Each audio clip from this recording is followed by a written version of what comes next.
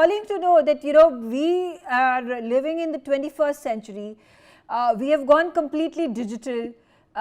We have services like UPI, which is so innovative and at this point of time is being replicated by countries across the globe. And you are staying back in time.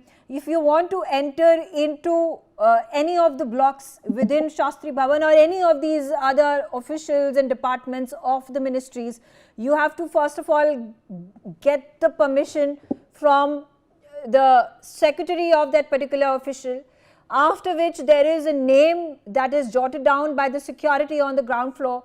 Then you are given one piece of paper, a note where it's mentioned that you are going to be allowed inside the Shastri Bhavan or inside the MSME office or inside the Home Ministry Department's office. And after your checks have been put in place, are you then allowed to enter into the premises. So definitely this cumbersome procedure of screening individuals, screening visitors, screening officials is going to be now just at the tap of one card, the smart cards, and then you'll be able to get access into the premises. I'm also being joined by Vivek Menon. He is a former advisor to the Chief Minister. Mr. Menon, thank you very much, and would definitely like to understand from you your view with regards to why it has taken us 78 years to refurbish,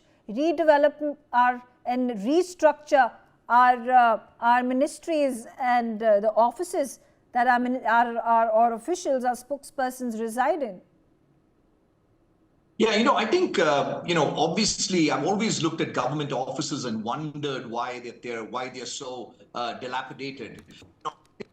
When you have a new building, it obviously improves the morale of those working in it also. But at the same time, when Mr. Modi took office 11 years ago, he said that, they wanted more of governance and less of government.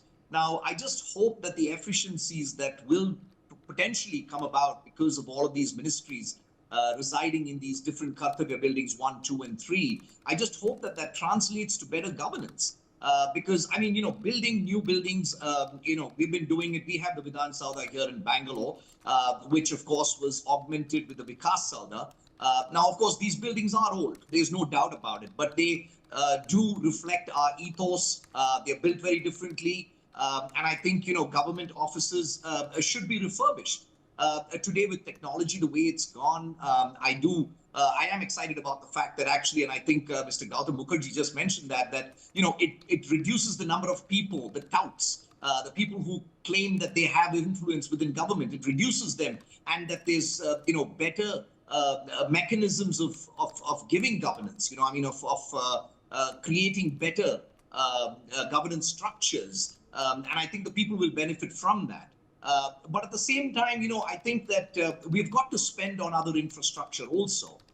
Now, one of the things that I want to mention was, yes, we do have a new parliament that has 800 seats. But I think one of the things that the South is very anxious about is this whole process of delimitation. So I think, while we are building better and bigger buildings, I think we do need to consider the entire country as one, and that infrastructure improvements need to happen across the country and not just in Delhi itself. But of course, this is a great step. I know that this is a very sustainable building that's been built by L&T.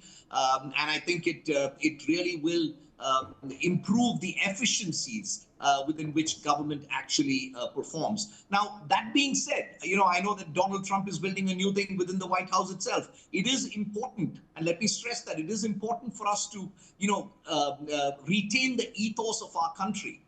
Let's not just, continue to slander, architecture that was built prior to what is being built currently, because yes, that is all part of our history, whether it's Mughal architecture, whether it's British architecture, whether it's churches, mosques, they're all part of our history, and preserving our history is extremely important. So while yes, I do appreciate the fact that we're building new buildings and we're implementing technology, let's not go all out and try to diss the buildings that were built before.